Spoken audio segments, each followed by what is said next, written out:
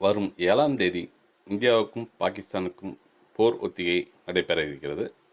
அப்படி போர் நடக்காமல் இருக்க பாகிஸ்தான் என்ன செய்ய வேண்டுமென்றால், பகல்காம் தாக்குதலுக்கான தீவிரவாதிகளை இந்தியாவிடம் பாகிஸ்தான் ஒப்படைத்தால் இந்த போர் நடைபெறாமல் இருக்க ஒரு வாய்ப்பு இருக்கிறது.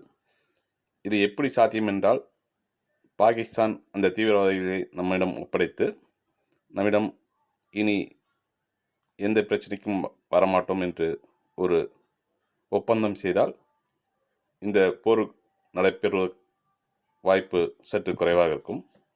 இந்த போர் நடைபெறுவதால் இந்தியாவிற்கு ஏற்படும் பொருளாதாரத்தில் ஒரு சில பொருட்களின் விலை உயர வாய்ப்பு இருக்கிறது.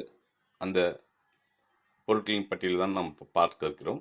உலர்பழங்கள், பாதாம், பிஸ்தா, கற்கள், சுண்ணாம்பு, காட்டன், ஸ்டீல்ஸ், ஆர்கானிக், கெமிக்கல், ரசாயன லெதர், கல்லுப்பு, கண்ணாடி லென்ஸ் இது போன்ற அத்தியாவசிய பொருட்களின் விலை உயர வாய்ப்பு இருக்கிறது.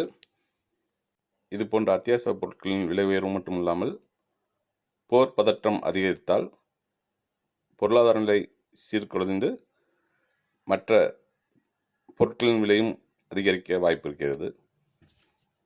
வளர்ந்து வரும் நாடுகளில் வல்லரசு நாடாக நம் இந்தியாவும் ஒரு வல்லரசு நாடாக உருவாகி கொண்டுள்ளது. இது போன்ற போர் காரணமாக பொருளாதார நிலை பாதிப்பு ஏற்பட்டு நமக்கு பொருளாதாரத்தில் பாதிப்பு, அது மட்டும் இல்லாமல் நம் பல வீரர்களை நாம் இழக்க நேரிடும்.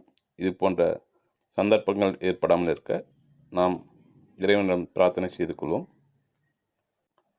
போர் நடைபெறுவதால் ஒருவருக்கு மட்டும் இழப்பில்லை, இருவருக்குமே தான் இழப்பு.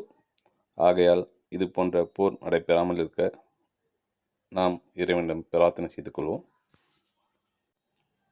வாழ்க ஜெயஹிந்த்.